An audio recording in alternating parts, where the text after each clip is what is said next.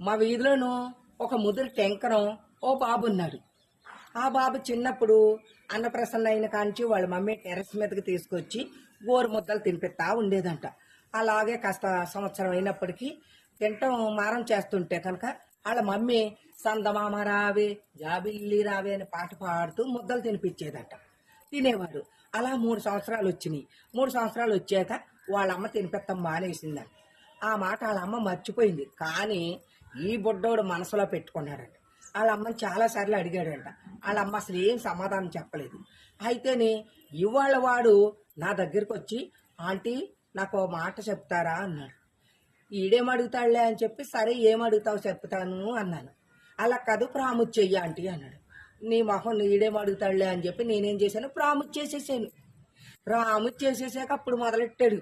మా మమ్మీ నా చిన్నప్పటి నుంచి సందమామ రావే జాబిల్లి రావే అంటుంది.